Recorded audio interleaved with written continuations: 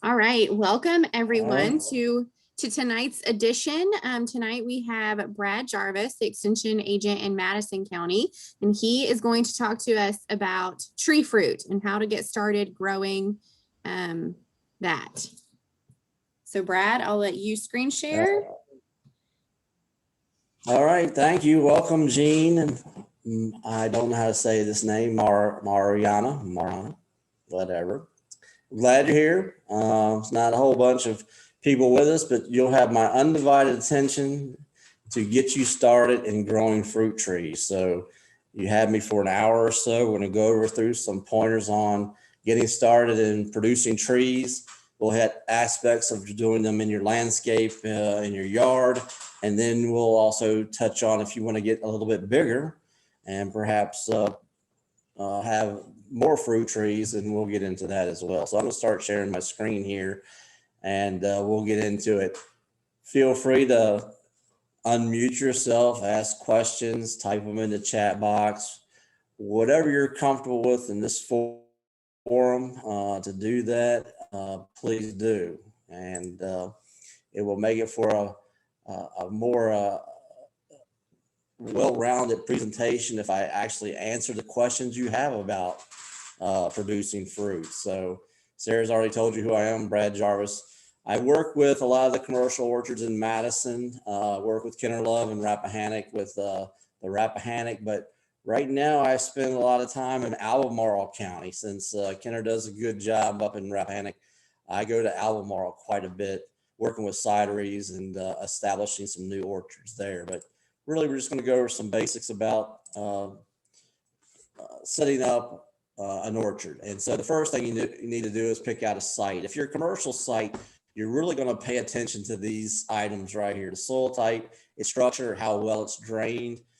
Trees really like well-drained soil. So if we got some areas of your yard or your landscape or the field what you're selecting, you want to make sure it has a little bit of slope. If it doesn't have slopes, at least it has the right soil type so it drains well. We also are going to talk about air drainage. If air doesn't move through your orchard, then disease issues, disease spores, which are transferred via winds, is going to be an issue for you. Also, we're going to look at wind exposure, plant bed preparation, and probably some weed control items as we go through. So we started looking at site selection. We always start off with, and it's not really the key to it, but when I'm doing a commercial orchard where you're going to be spending in the neighborhood of $20,000, $25,000 an acre to install this, we really need to know this. If you're just going to put in a handful of trees or a few trees in your landscape, this quite isn't as critical for you, but absolute elevation, exactly what it is.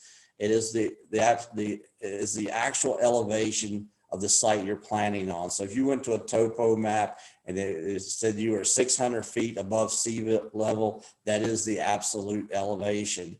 And so most sites that are most suitable for planting trees are ones that are 500 feet in elevation or better, because I already know you're up above a tree line, perhaps. You have some cold air drainage. Cold air drainage meaning if you have a frost, there's lower lying areas in your landscape that will take that cold air. But we also evaluate on relative elevation. You may not be at 500 feet. Maybe you're only at 300, maybe 400 feet. But if you have a good 100-foot drop in elevation to the lowest point on your property, that is adequate enough to go ahead and plant trees, because you have a place for cold air masses to drop. And this is what this graphic's trying to show you. It's showing a vineyard, actually. It's trying to show you that below this block, there's some air where that air can go, because that heavier cold air is going to drop to the lowest point in the landscape. We don't want this cold air mass to land on top of your trees or your vineyard, because that's when you start having winter injury, perhaps, or even when you have an early bloom. Like, we're going to start blooming apple trees in the next 2 weeks or so. Some of the early grape varieties, they're going to be coming out. And you know as well as I do, in the next 30 days, we're going to have a severe frost. If I can get this cold air mass to fall below the planted trees and that frost land on areas below the planted area, more than likely I won't do much damage to those trees. We also want to look at slope. Slope is nothing more how easily you can work that. If you get above 15% slope, it's not likely you're going to be able to get much equipment in there, or even just small equipment to assist with the labor that's needed to do that. So slope just means it doesn't want to be so severe where you can't get equipment on there. Flat ground is not bad as long as it's drained. If flat ground is not drained, it's not where you want to be. Also, slope is an indicator of aspect. Aspect is how the sun hits it in the morning and how it falls on that orchard at night. So slope actually plays a part in how that aspect presents itself to you. We usually try to stay away from southern facing slopes. Southern facing slopes today in orchards, those are the trees that will be blooming in the next 2 weeks if they're on a southern aspect, because they are getting more degree days, more warming units from the sun than any other aspect. And so what it does is it forces bloom too early. And then when we have a late frost, that's when we have some crop damage. So I really like you to have a southeastern or a northwestern type aspect. If you don't have that, I prefer you have no aspect, to be honest with you. I'd rather you have a relatively flat piece of ground that is well drained, because then aspect doesn't play with your fruit bloom dates as bad. So we also look at when you're making big investments, we look at low temperature histories. We do other site assessments and liabilities. One of the biggest ones I look at, which will be your biggest factor in getting started in the fruit industry, is deer, is wildlife. So we can put all the trees in we want, but if we have a nice wildlife corridor that is around our home or the landscape or the fields we've designated for our planting, you have to make plans to keep them out of your orchard. And 30 years ago when I started, I probably would have told you that it did not pay to put up wildlife fence because it was very expensive. But today I will tell you that wildlife fence will pay for itself, because if you don't put it out, you'll be replacing anywhere from 20 to 25% of those trees each year. And that can be quite costly, and it will actually overcome the cost of the initial cost of putting the fence in. So replacing, a high percent, being 20% of your trees each year, at that in 5 years, you probably already spent enough money to put that fence in. So you have to evaluate that in your budget, though. If you're just putting in 20 to 25 trees, you probably can't justify that because you're not on a scale big enough to justify putting that fence in. You will have to use other means of keeping the deer out. They are not foolproof by any means. There are wildlife scare devices. There's human hair. There's heavy deodorant soaps that have big odors to them. There's different strategies that we do. I'm telling you, they don't all work great, but you have to do something to protect those trees in some way. Also, new plantings, nematodes. I always like to take a nematode as well as a soil test, which we're going to get into, just to get a feel of what harmful nematodes there are, like dagger nematodes. Most of the time they come back, they'll always come back with nematodes in the soil, but a lot of times they're so low that if you grow a healthy tree, there's no need to treat for them. Now, if your tree gets weak from other stresses, nematodes can have an impact on tree growth. But if you have a healthy tree, it's planted in good soil, it's fertilized, it's at the right pH, usually nematodes are not a big issue. So the first thing we're actually going to do before we start our orchard is we're just going to study the soil first. So this happens the year before you plant your trees, because it takes time to get your soil's nutrient status adjusted to be the right environment for the tree to grow. So you simply take a soil test, go to your extension office. wherever county you live in. Get a soil box, a soil sheet, fill out the information about your site. It's free. You can actually get some micronutrient readings also, which are actually pretty helpful in an orchard scenario. I think it costs about $10 more to do that. You can even get organic matter, but when you plant these trees, you're going to be making some amendments to that soil with organic matter. So the organic matter really isn't that critical. The next thing we're going to do is we're going to look at its pH, and we're going to lime accordingly. And we want to do all the lime adjustments and the nutrient adjustments, which is mainly phosphorus and potash, prior to planting, because what I see happening a lot is people try to just fertilize the planting hole. That works great the first 2 years, but if you really want a tree to have a good foundation, that nutrient has to radiate to where the root ball is going to grow. So your root ball, or the root zone of the tree, will equal its canopy size each year. So just by doing the hole, you've just put the nutrients in one small area around the root ball, and those nutrients don't move well in the soil. They don't migrate with the roots. So what we like to do is ground apply around a 10-foot radius of where a tree canopy might be. The size of that area is depending on what types of trees you grow, whether you're going to grow a standard tree, a semi-dwarf, or a dwarf tree. So rather than trying to decide that this year or the year you start preparing for your orchard, fertilize the whole field. And it's probably going to be in grass, orchard grass, or fescue. Fertilize it all. Get phosphorus and potash in the high range. Get your soil pH to at least a 6.3.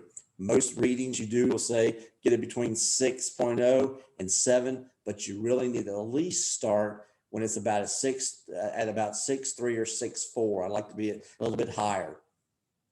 If you're not going to use like bulk fertilizer from your co-op, or you can buy the commercial fertilizer, you have to decide what nutrients you're going to add to build phosphorus and potash. So I don't have a heavy recommendation on if you're going to use commercial fertilizer or manures and compost. Just realize that it probably take, to have 40 pounds of phosphorus and 40 pounds of potash to an acre, that is equivalent to a ton of a poultry litter.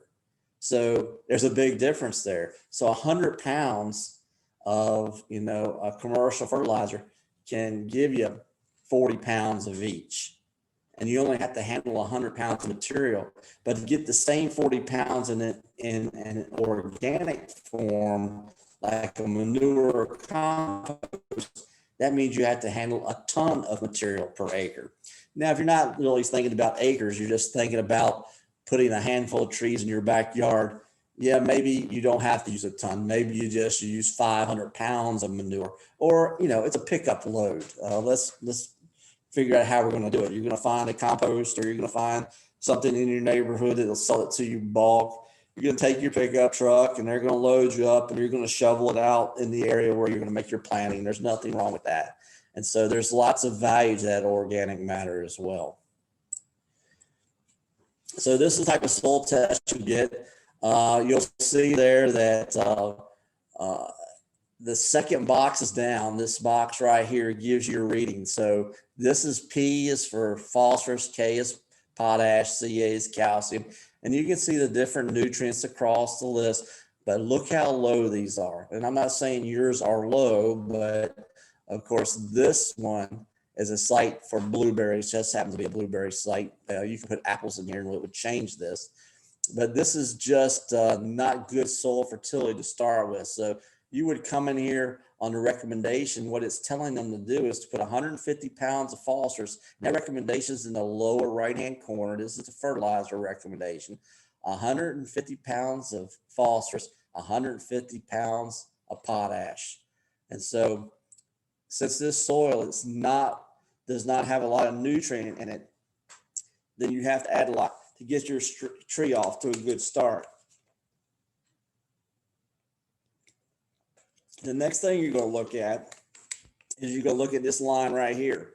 This is soil pH, and 5.8, as you know what I've just said, is too low. And so you're going to have to put at least a ton, and all my stuff is in per acre basis because that's how our soil tests run. So the easy way to convert, acres to square feet, which may be a planting size that you prefer, is simply divide the square feet of your area by 43,560. That's how many square feet are in an acre, 43,560. And then you just measure your area. And like I said, divide that area by the 43,560, and you'll have the percent or the fraction of the area that you're planting. And you can adjust these.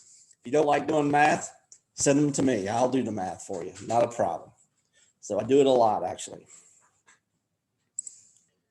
The reason why we have to adjust pH into the right ranges is when you look at this pH, how fertility is affected by pH is that at the bottom bar, the bottom axis of this chart is pH. So we're shooting for about a 6.5 pH. Where the white bars, you'll see the different nutrients. These are just nutrients that are in the soil, okay? They're in the soil actually naturally, and then we add nutrients to them because they're mined out over time by different grasses or crops that have grown there previously.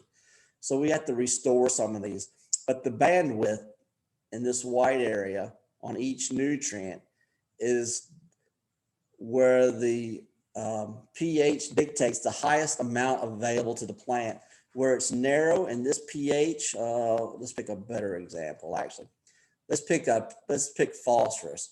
When we are in 5.5, that band, that's how much phosphorus, regardless if this amount is in the soil, that broad piece is how many pounds is available in the soil. That could be like, just say 40 to 50 pounds right here. That's naturally in the soil. But when your pH is off, only 3 to 5 pounds is available to the plant, because it's locked up in the soil chemistry. The plant actually will never get that into the plant to help in production because the pH is off. So sometimes when I'm working with home orchard growers, sometimes lime is a simple solution to all problems because they've already put these nutrients in the ground. They just did not get their pH adjusted right.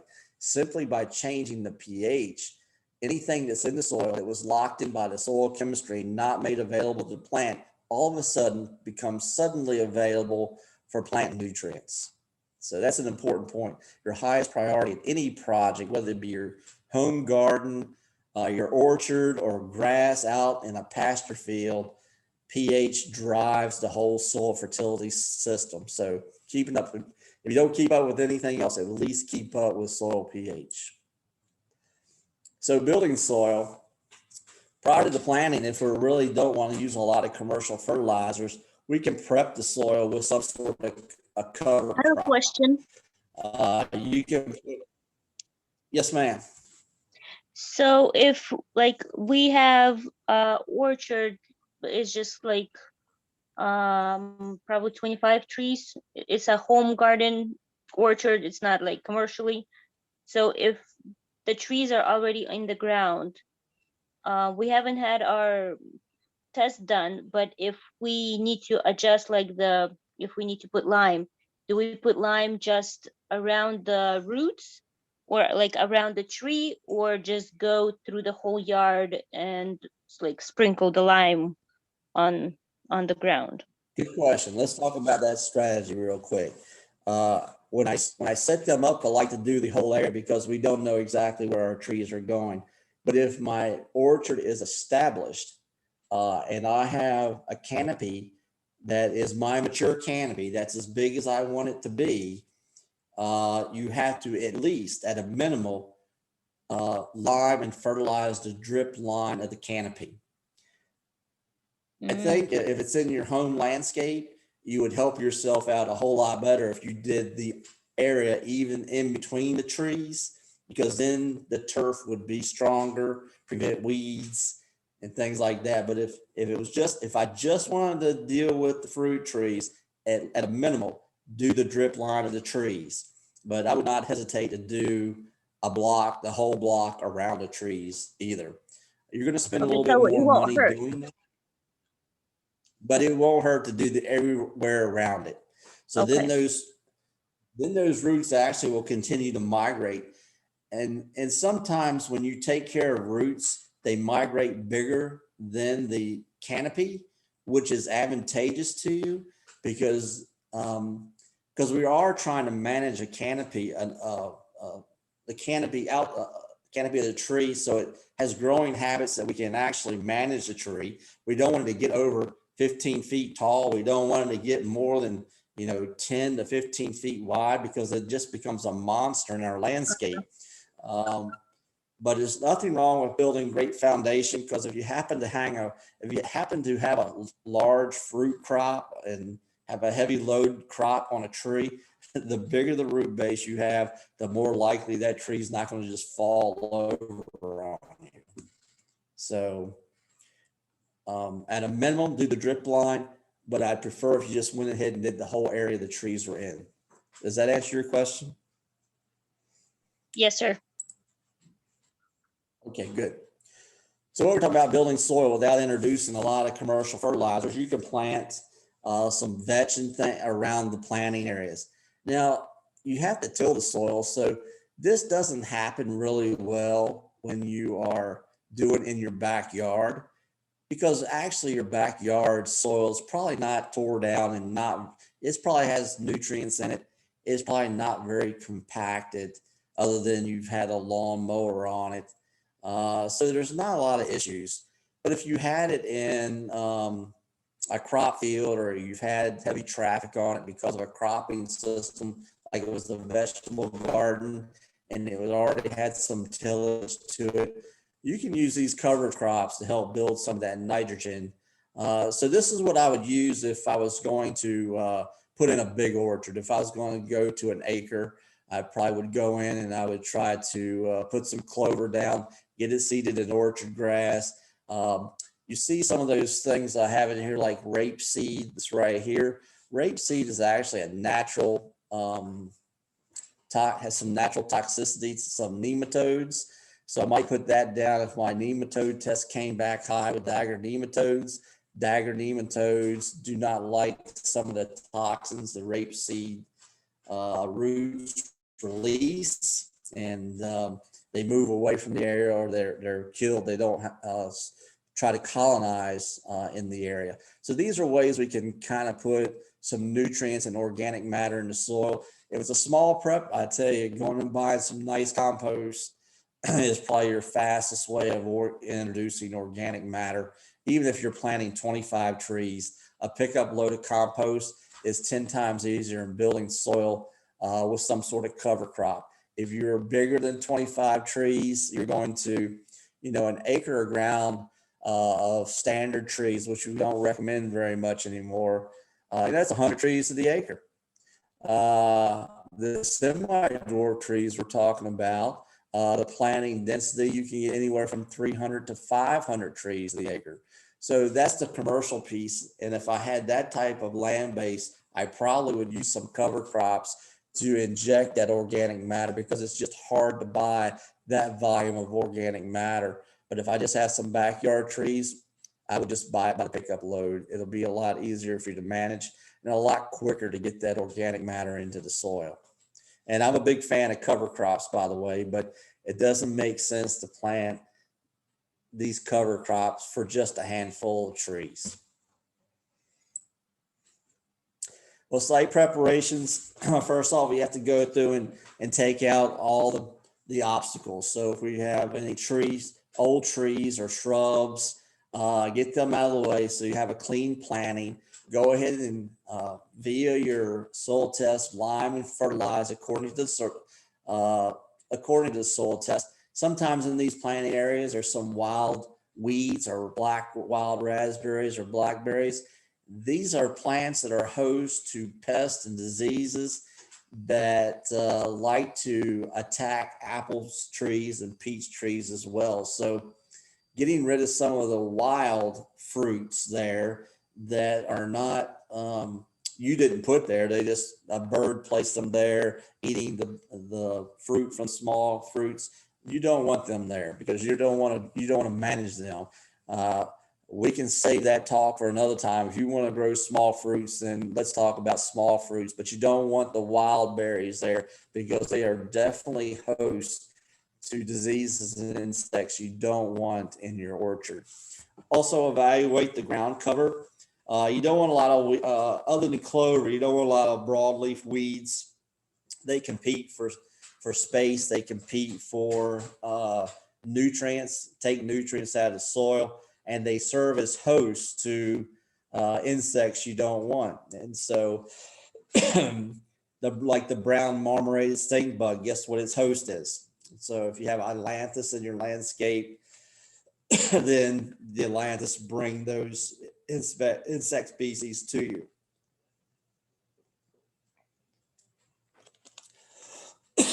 Also, I'll give you a quick warning about tree species that most apples don't like is cedar trees. And and I know we start looking around at cedar trees we have around our landscape. They're pretty much out there. But if you could actually move them away a little bit, if they're not adding to your landscape and they're volunteers and they're just kind of scrubby looking cedar trees, they are host to some of our most one of our most prolific diseases, and that's cedar apple rust. If you have cedar trees and there's no way you're going to get rid of all of them, then you have to be very careful about what varieties you select to plant there, because some varieties are resistant to cedar apple rust. So you would have to select them to prevent that disease from overtaking your orchard or your backyard planting. Uh, We've already talked about the nematodes. You can get them studied. You can get them a test to do on them if you like. It's really a very inexpensive test. Um, if you're a backyard gardener, I probably don't tell you to take nematode tests, because if you see them, what in the world are you going to do with them? You're not going to plant rapeseed in your yard. So it's you have a lot more comfort not knowing than you do knowing they're all there. But as I said earlier, if you're growing healthy trees with not other stresses on them, they can handle dagger nematode feeding. Um, Also, these nematodes carry viruses that's mentioned in this slide, but still, if you have healthy plants that aren't stressed by other things, then the nematodes will eat whatever is in they prefer to eat, but you won't see any impact on your tree growth. And then also, we mentioned this as well. Watch your borders. You need to be at least um, in the home landscape, it's hard to deal with because we have small lots perhaps, but if you're not at least uh, you know 50 feet away from a wooded area, um, then it's too easy. It is just too easy that the deer and other wildlife, you may keep an eye on that fruit as it's ripening every day, every morning, to think you're going to sneak out there and get it before the deer does, but I guarantee you he will probably beat you to it. So just be aware that if you're growing fruit trees, just because you like them landscape plants, you like the beautiful blooms, you like to sneak an apple off of it that the deer don't beat you to, that's all fine. But if you like wildlife, well, you got the ticket right there. They're going to come and they're going to visit those orchards. So if you enjoy watching them, then that's a benefit to you. Planting zones. Now, the only reason I put this in here is because I find that lots of gardening and horticulture magazines publish this, and it's important to pay attention to this. Um, but there are some varieties that we are on the edge of a planting zone for. There's lots of varieties of apples like a Macintosh or an Empire, which are really northern type apples. Even though our planting zone maps say, oh, you might be able to plant that in Virginia. Um, don't try to push the edges of the planting zone. And I'm not just talking about apples either. I'm talking about if you're going to grow different types of small fruits, Kiwis, one I see a lot. These are fruits that have been developed, and there's only a handful of varieties that have been developed to grow in our climate zone. But there's also a lot of varieties out there that are not suited, even though a planting zone map might say, oh, yeah, you can get away with that. Don't go too far out of your zone because you got a lot of challenges ahead of you. Just making sure you have the right nutrients in the ground, you keep the disease and insects off them, and you grow the fruit. You don't want climate to be one of your challenges because you don't control that piece of the growing picture. And so really select varieties that suit our climate zone the best. And then you don't have to worry so much about why your tree is not growing. You can focus on insects and good sanitation in your orchard.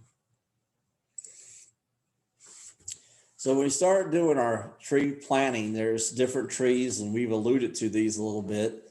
There's lots of, I've always really talked about apples quite a bit, but you have pears, plums, quinces, and cherries, which are all in the mix as well that you can consider.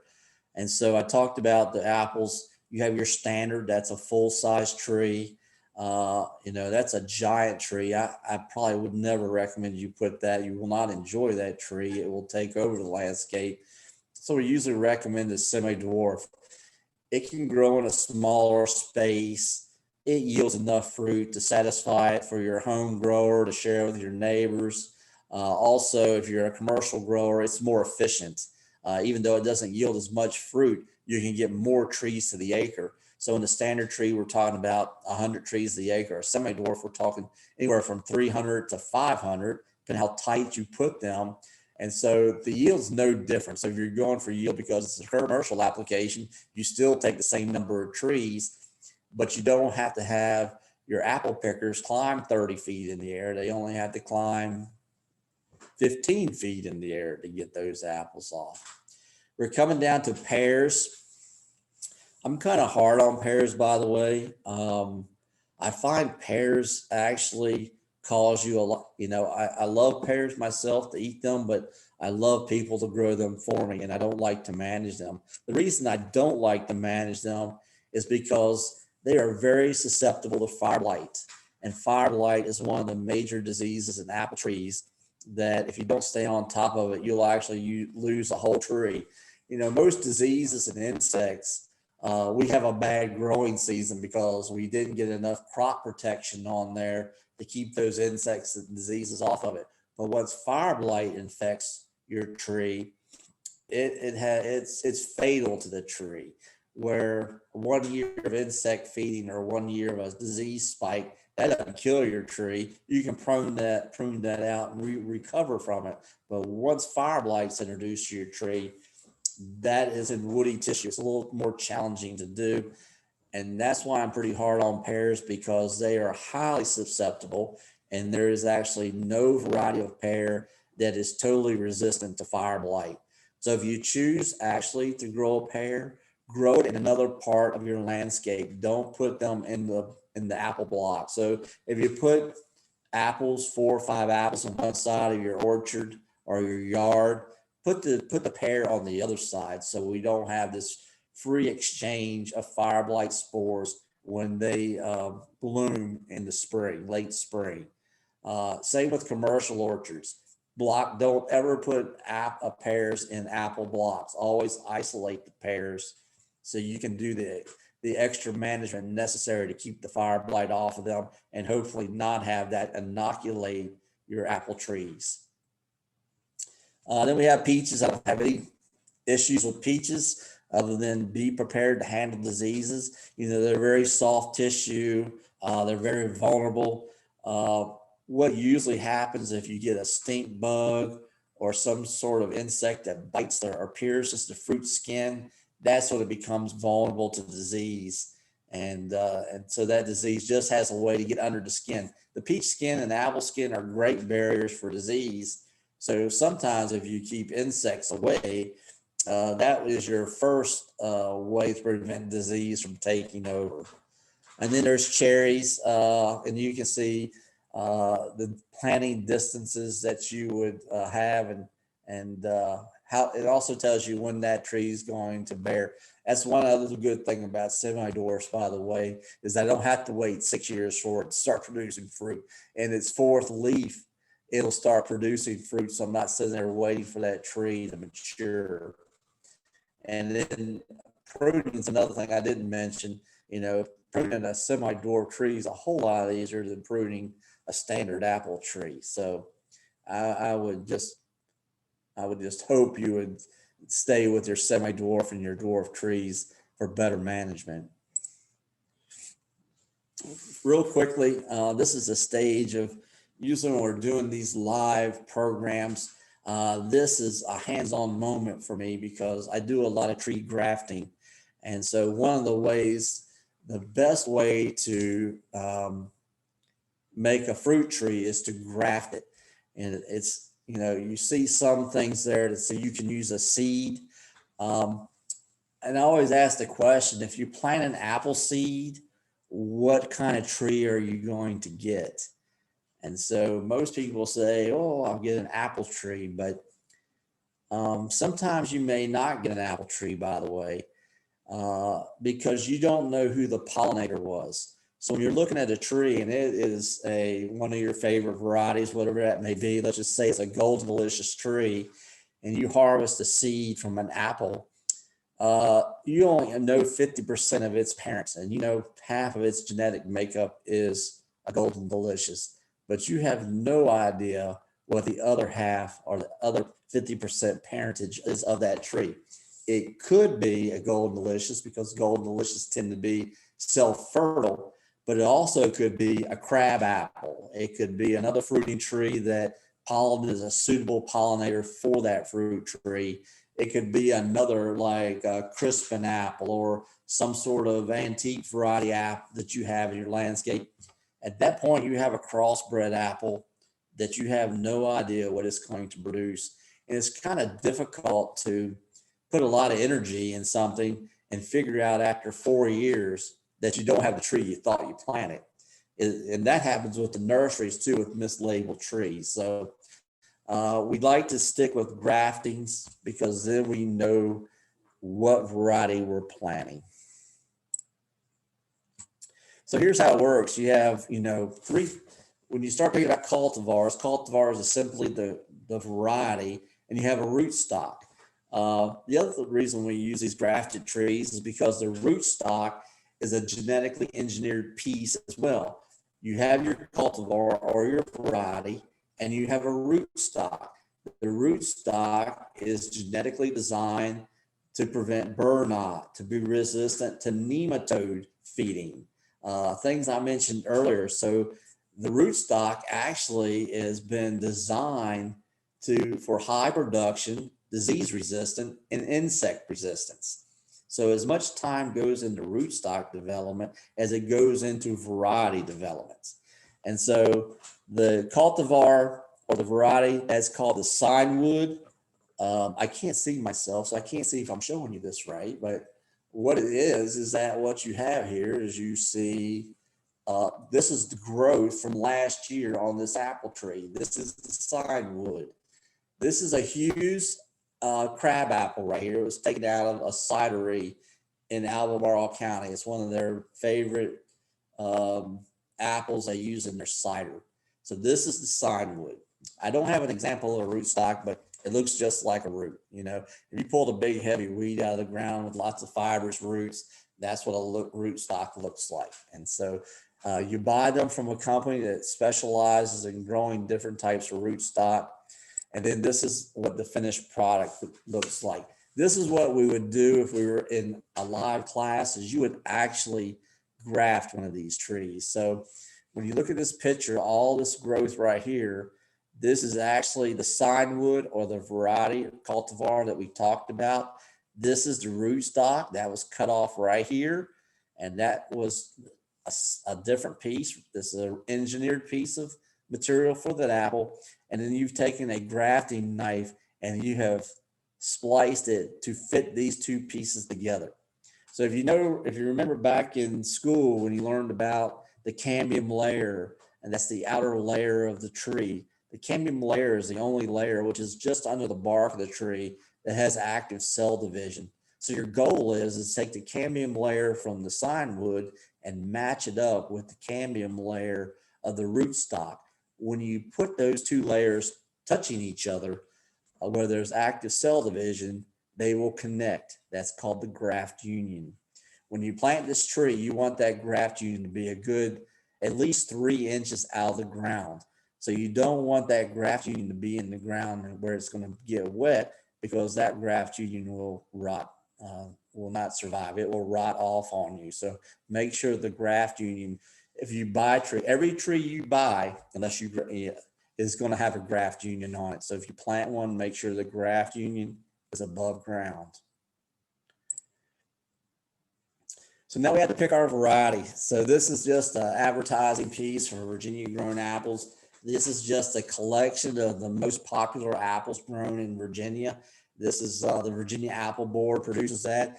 I thought it's just a great picture of the different types of apples are there. You know, have your yellow type apples, your red apples, your blush apples. There's all kinds of different apples, and this is going to be your task. You have to pick which apple that you want to plant. Of course, there's nothing wrong with planting your favorite apple. That's good, as long as your favorite apple will grow in our area. And so when you pick your favorite apples, do some reading on that apple to make sure it's suitable for Virginia production. If not, maybe we had to find something different. Another apple that you like a lot. So when we start looking at apple varieties, you actually start looking at different of its characteristics. And this one thing is the harvest date. So this Lodi and early crisp, their harvest dates are really early. They're the end of June to the 1st of July. If you had a southern slope, and you tried to put a Lodi there, that could be disastrous for you, because Lodis like to bloom early. So we have a warming pattern the 1st of March. Like we've had 2 beautiful days where bud swell was heavily advanced. In fact, I would say Lodi are showing color in some of their bloom right now because of those warm days that we've had. But as well as I do, in a couple of weeks, we're going to have a killing frost, and that Lodi hopefully is in a good location to protect it from that early frost. It has good cold air drainage. It has some elevation. It has the right aspects so it doesn't continue to advance in its bloom development and get injured by some late season cool weather. So the safe zone you have is really some of our traditional apples in Virginia. These are apple orchards, and when you drive around, you can still see these trees in the backs of people's yards of old houses. The wine saps, the Yorks, even Golden Delicious. These are later harvesting dates, so they have a delayed bloom, so they don't get injured on us if we put them on site that does not have aspect or has a southern exposure aspect, because there's a delayed dormancy and they don't show their bloom and potentially be killed by a late frost. Then you start looking at their eating characteristics, what they're good to be used for. I just have another example. I look at this every time. Days from bloom to harvest. So these are the apples that actually are less vulnerable to late frost.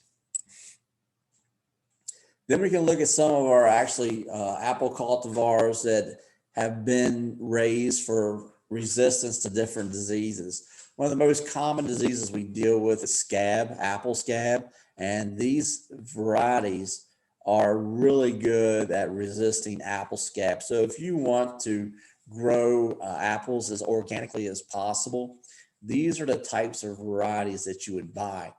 And this is just one example. Every apple variety, even some newer varieties like Yorks and Stamens, they have hybrids now that have some of this resistance built into them. And we're going to go to some websites if we have time. I don't know how long I have, Sarah. I'm probably out of time already. But anyway, I'll move along to make sure. These early varieties, to be honest with you, the reason why they resist insects and disease is because they're high starch, and high starch does not translate very well to good flavor. So they're just kind of bland apples, to be honest with you. But there are some newer varieties with resistance that are very good. Gold Rush is a good choice. Johnafree is a good choice. This Liberty and Enterprise apple, which is planted extensively in our area, they grow beautifully, they produce well, but their flavor quality is not the best. But it is an apple. Peach varieties are the same way. You can't see that very well. I don't know why I made it so small. I thought it was bigger than that, but it's a ripening date. So peaches and apples are the same. You want to pick the later variety, and peaches are actually worse than apples because there's not a whole lot of late varieties of peaches out there. So you're looking at like Crest Haven, Red Haven, starting here with Red Haven, the August 1st apples. These are less vulnerable to late frost. And so these Lorings are very good. That's a pretty common name. It's common because we grow them good. Sunglows are really good as well. Red Havens are great. They're kind of the middle of the pack. So, when you select your peach varieties, select them just like you do your apple varieties. Look at disease resistance and ripening date based on your site. All right, we've already talked about this. We want to look at our hardiness zone, make sure that fruit variety will grow there. We want to make sure we have well-drained soil. We want to look at pest resistance, and we also want to look at tree size. So when you buy your trees, peach trees are not different. There's not like semi-dwarf peach trees and not standard peach trees. But what the catalogs will tell you is what its typical growing height will be. Same with cherries, by the way. All stone fruits will give you it will tell you what the mature height of those trees are. And it's not really based on a root stock. It's based on its variety's growing preference. Where apple trees are different. That is purely dictated by the root stock that you select. So here's just a great picture of different root stocks. These numbers, these Mark 9s are M9s, M7s, 106s, 111 standards. Those are actually names of root stocks. So when you're looking at catalogs, it's going to tell you this is a wine sap on an M106 or an M26. What I use in my grafting class are these two right here, 106s and 111s. The reason I use them is because those trees don't require staking. If you have to stake a tree, it becomes difficult to manage that tree in your landscape because you have to mow around a stake. But on these M26s and M27s, when they have a large fruit crop on them, their root system is not substantial enough to keep them up. So these trees typically are recommended by the grower, the people who are putting the apples out there, to be staked to make sure that tree does not fall over on you because the crop load is more massive than the root canopy can handle. So these are the ones. There's some newer ones out there.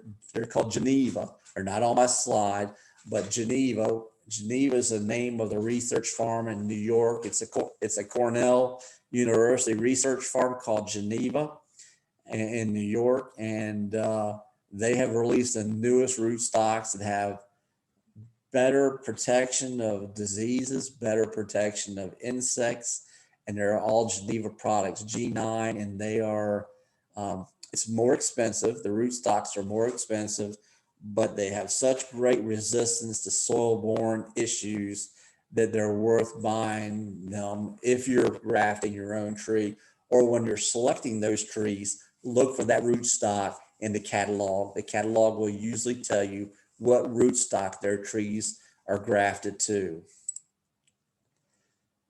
This just gives you the spacing differences. We've kind of gone over these already based on what's a dwarf tree versus a standard tree. You just need more space to put them in there. We got to talk about pollinators real quick. if you don't have a beehive, or if your neighbor doesn't have any beehives, you got to get these trees pollinated. And it's a big discussion these days about what's happening to our pollinators. You know, our honeybee hives are not doing well over the winter. There's lots of discussion of what's happening to them. But the bottom line is, if you plant these trees, you have to think about how they're going to be pollinated. Either you're going to buy self-pollinating trees, or if you're going to buy trees that need to be cross-pollinated, you're going to have to keep in the back of your mind how you're going to keep a bee population around your trees and make sure they're pollinated. And there's different strategies to do that. But to determine that, we have charts, and your supplier, the person who actually sells you the trees, will have this pollination chart. It'll tell you which ones are self-pollinated and which ones you need to use for cross-pollinations. If you're self-pollinated, a lot of times they say you can just plant one tree and you'll actually have fruit. That may be true, but I also find that planting two trees is always more a better advantage for you, because you produce a lot more pollen by doing that. By doing just one tree, you only have enough pollen generated from that one tree to self-fertilize itself. And what typically happens is when the wind gets it or the bee gets it, he's moving it off the tree. So the more trees you plant, the better off you are of having more opportunity for blooms to be pollinated. And that's a good chart to determine, you know, what degree of demand of pollinators you're going to have in your landscape. So here's a bloom. We're going to move into fruit thinning now. I want to make a mention real quick.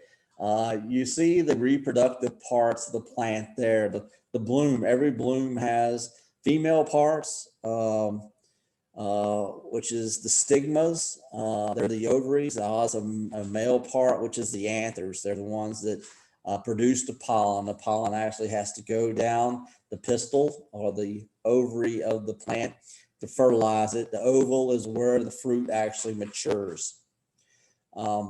If you don't have honeybees and you don't care to manage a honeybee hive, you have to look at alternative pollinator species. That means you have to put bee blocks out and things that attract alternative pollinators. That's the blue. You have the blue orchard bee, you have the horn bee, you have the mason bee. There's several different species. Even a bumblebee, by the way, is a pollinator. Any flying insect can gather pollen on its legs, on the hairs of its legs, and moves from bloom to bloom. They're all viable pollinators. By putting bee houses out and putting habitat out for bees, you can attract these alternative pollinators that I mentioned, like the mason bees and the orchard bees. It's a great way to get more pollinators around your landscape, to do your vegetable garden, to do your fruit trees. But what we're going to move into now is, you see this bloom cluster. This bloom cluster actually is coming off one node on the plant, which you can't see, but one bud is producing a cluster of 5 blooms. You can see one fully open. You can see these others in tight pink cluster. This one's going to be pollinated. And when this fruit sets or becomes fertile, it's going to push these other 3 off. This becomes the king bloom. That is where the apple is going to form. But you can see on the back side of this, there's another bloom cluster. It's hidden by this leaf, but there's going to be like 5, anywhere from 3 to 5 of these bloom clusters on one shoot. You cannot allow every one of those blooms to set fruit, because first off, you'll put a heavy crop load on one of your lateral branches that will probably snap it off. And so you will have to thin them down to a reasonable. And you can see in this picture right here, this fruit was not thinned. And you can see it pulling that lateral branch over. And that fruit is as big as it's going to get.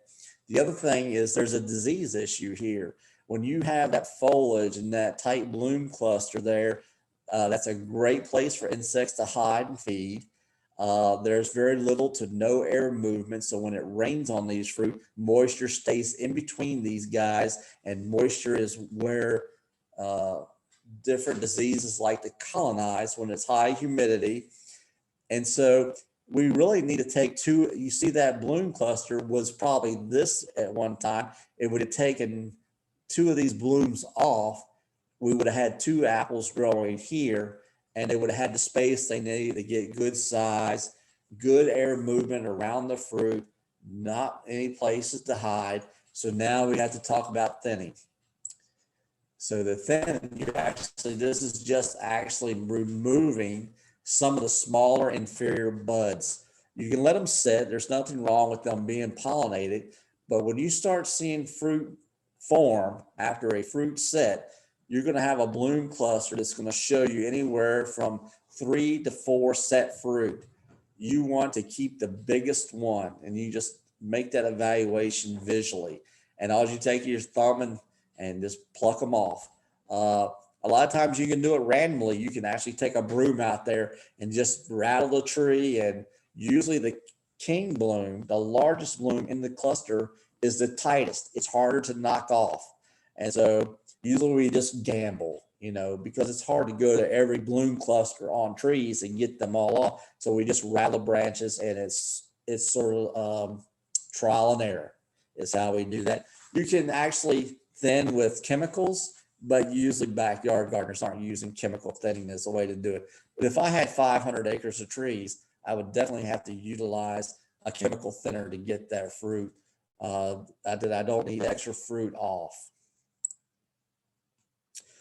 Now we know what the bloom time is, but this is telling you what time of the year that you're going to start removing fruit blooms, so you have the right population of fruit on every lateral branch. So in peaches, that's late June is when you're going to start moving them off. Now the fruit sets and your peach starts forming, yes, go ahead and take it off, but it's better for fruit size if you take it off early when it's like the size of a dime and not bigger than a quarter. It just seems that king bloom, that fruit that's produced from that king bloom, will do better for you if it's given more space earlier, okay? Because it can actually start capturing more nutrients, more sunlight earlier in the growing season than waiting until its brothers and sisters are crowding him in. And so if you knock them off, it's more advantageous to you to have a healthier fruit and a bigger fruit. We've already talked about this a little bit. You want your fruit to be 4 to 6 inches apart. That's the main thing. Regardless of how I talked about the king bloom, that's going to be the biggest one in the cluster. We're going to go into pruning real quick. I don't have to go into a lot of pruning here, because if you're just getting started, we can dive into this. I mean, I can do a whole hour talk on pruning, but so we're just going to move through these. This is what, when you buy that tree, this is what it looks like. It has all this vegetation on it. And when you bring it back from the nursery, you just, you hesitate. You don't feel good about cutting pieces off of it. You just bought the whole thing. You want to keep the whole thing. You don't want to keep the whole thing. So when you look at this comparison, even though it's just a graphic, they have taken over a third of the woody material off of this tree they bought, and now they're starting to shape this tree. What these little spacers are is that this crotch angle has to be 45 degrees. All your crotch angles need to be 45 degrees. So if the crotch angle like right there, that's too narrow. That is not 45 degrees. That is coming out, and they did that. They cut that out right there. Also, they wanted this crotch angle to be bigger, so they pushed it out. So they want those lateral branches to lay out at a 45-degree angle, because it makes this junction stronger and also allows better light and air penetration by laying the tree open, having a more open style canopy. Peach trees, here's another good one. We do them a little different. I'll go back real quick. These apple trees, we prune to a central leader. We train them like a Christmas tree. We have one main stalk going up, and we have scaffold branches all around the tree. We don't want scaffold branches on top of each other. This is a two-dimensional picture, so it's hard to visualize that, but you want them to circle the tree and not grow on top of each other. We get the peaches though, we only have 3 lateral branches and they're going 3 different directions and the center is totally open. But we still are very aggressive at cutting off, taking a third of that off so we train that tree properly. We talked about these crotch angles. This is a right crotch angle right here. It's 45 degrees. If they're too tight, bark starts growing inside that. Once that happens, you're definitely, that lateral branch will fail. This is a great example of it. This could have simply been taken care of by cutting one of these off when it was half that size. Now, when a crop load is on this tree now, one day it's going to split right in half and that tree will be lost. These are just live. These are just 1-year-old trees. You can see they've taken some of them off. They've cut the top off to control its height. They put these spacers in to make sure that crotch angle is at 45 degrees. This is a 2-year-old tree. Look at all the vegetation in there. Those trees will be vigorous. They will grow. See, a third of that tree's gone now. It's just been removed. This is an exercise I used to do with everybody. This is what I see a lot of times. Someone puts it in their yard. They don't do anything to it. This is what I see, this upright canopy. No fruit can grow on that. There's no light or air penetration that's possible through that. So I have to actually do this over time. So the first year, I just do this, the center picture. I just try to get some of the larger laterals at the right crotch angles from the central leader. And then the next year, I take a little more because I can't take all that out in 1 year because I really will stress the tree. So at 5-year-old tree that I haven't pruned at all, I've got 2 years now that I have to use to get it into production. We didn't see how peaches do, but pruning peaches is that this is what a peach branch looks like. The apples form clusters that we saw earlier. You know, there's bloom clusters. Peaches actually form blooms along its lateral stem. So every bud right there is where a peach can form. And when we thin them, we actually put our fist about 4 inches. So we'll let this one stay. We remove 2 or 3. We let that one stay. Remove 2 or 3. Let that one stay. That's how you thin the peaches. Okay. And so they grow, their fruiting habits are slightly different, but you still need to thin them. Just more pruning. I mean, pruning is the key to the whole thing. Getting that tree shaped the way you want it. This picture is, these are the peach trees. You can see that's just a monster in there. The guy who told me how it was pruned, he said, I asked him, you know, how much do I take you out? And here's the visual he provided me. He says, if I throw 10 cats at that tree, I want 7 of them to make it through. And I'm like, wow, that's pretty thin if I have to get 7 there. So you can see how much vegetation's moved off of there. Right here, you can see, I mean, they took over half of this out. This tree is going to be healthier, more fruitful, just because it doesn't have all this lateral limbs going everywhere. Trust me, you want to prune them. When we talk about stages of growth, when you call me and ask me what's going on with your tree, I'm going to ask you what stage of growth it's in. It's going to be dormant this time of the year. It's going to be a silver tip where some fuzzy stuff starting to come out of the top. And you can see that on this right there. This is silver tip right now. This was taken out of the orchard 2 weeks ago. I guarantee today that this is going to be green tip or it's going to be 1/2 inch green where the leaf's coming out. And then you'll start getting to where it's going to show pink. You'll start seeing the bloom color come out, whether it be white or pink, full bloom, petal fall, and then fruit set. This is the baby fruit. So what am I going to do with these? I'm going to keep the king bloom. I'm going to peel that 1, 2, 3, 4. I'm going to take 4 of those off, maybe 5, and leave that one guy there. And he'll do a whole lot better if you do that for him. Pest management, you know, we have lots of different insects, aphids, mites, scale, diseases. You know, you have to put a P&G program together. It doesn't have to all be chemical, by the way. You can go a long way with good dormant oil, sulfur sprays, good sanitation in your orchard. There is a time where you want to use a little bit more aggressive products, but we can recommend the ones that you're comfortable with using. Uh, these are the seasons when these diseases start happening. So early season, we got scab, powdery mildew, cedar apple rust I've mentioned. When we get mid-season, we're talking about blemishes. We're talking about diseases that don't actually get into flesh. They're just surface, like sooty blotch and fly speck. They do not have an impact on what is inside of that fruit. They're all surface diseases. But these late season diseases, bitter rot and black rot, they will destroy you if you don't treat them early in the growing season. Here's the calendar. I'll be glad to share this slide set with Sarah so you can take a look at it. But here's the fruiting calendar. You have a chore every month of the season. You have to do something with that tree. And just think about it. If you don't get to that tree in March, that means you've missed an opportunity to grow good fruit, because it takes some time to do that.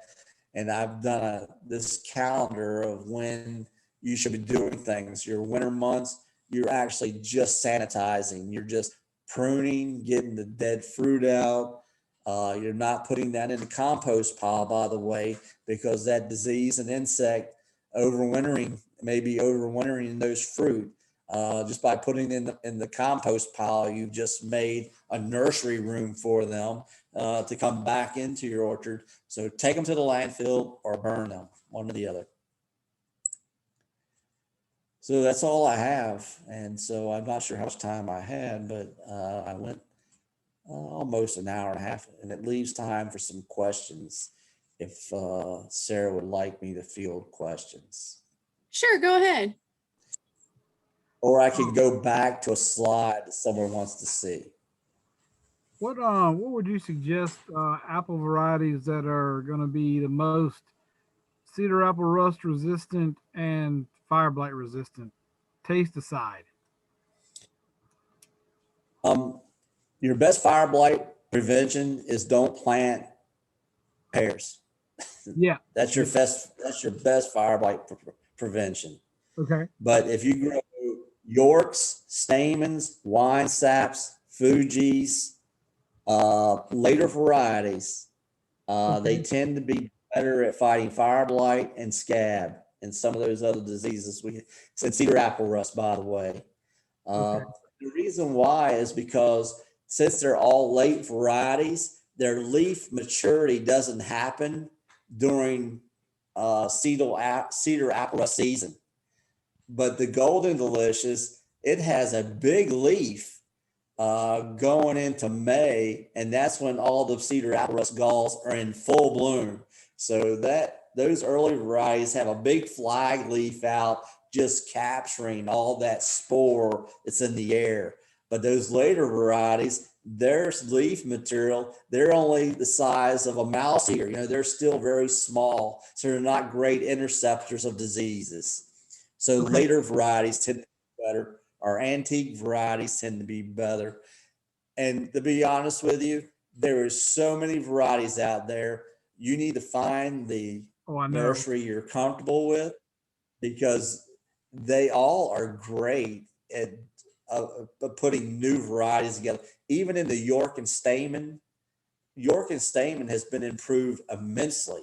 You can get some of these improved varieties of some of our antique varieties that have some of this resistance built into them, even fire blight, by the way. But fire blight is a nasty disease. And so it's hard. I'm an arborist for a private estate, and we want to put a single apple tree in one place right now. And of course, there's two huge cedar trees on either side of it. So I know the issues that I have, and they want it more for a climbing tree and for grandkids. But if they can have some fruit, it would that's be good. all fire blight. Yeah. This is all fire blight. And it's got to the central leader. This is the central leader of the tree right here. It's rotted the central leader. Now fungi is growing. This is 75% affected in this acre block. 75% of the trees have this. So you know what he's going to do with that. Yeah. He's crying right now. I told him that. All these trees are coming out. Oh yeah. There's no You can't- saving that. And you can see, even on these laterals, see that dark? That is all fire blight affecting that, all that black. This is spore that was laid in here 3 years ago that was never removed. So fire blight is one of my hardest things to train you for, is because you have to prevent it. You can't see it and go back. No. Once it's in there, it's in there. You So can- you have to look at the weather indicators that give you infection times. And when those infection times come, you have to use the sulfur, the copper complex. You have to use the streptomycin products. You have to protect that tree the best that you can. There are some trees that rise that say they're resistant to it, and they are resistant to it, but only to a certain point. Yeah. I mean, they will all get it. Yeah. Good pruning makes a Like big I said, difference. don't invite it with the pears. Gotcha. Leave the pears home. They're the inoculum. They hit them first, and then they just migrate to your apples. So just let your neighbor grow the pears. All right. And you swap apples with pears with your neighbor. Perfect. Thank you.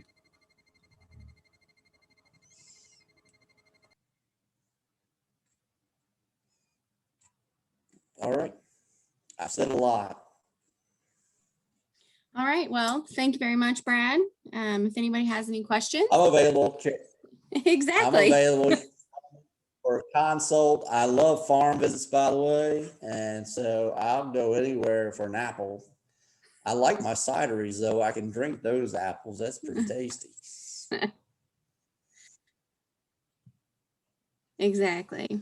Well, thank you, Brad. Thank you all for coming tonight. If you have any questions, feel free to reach out. All right. Yep.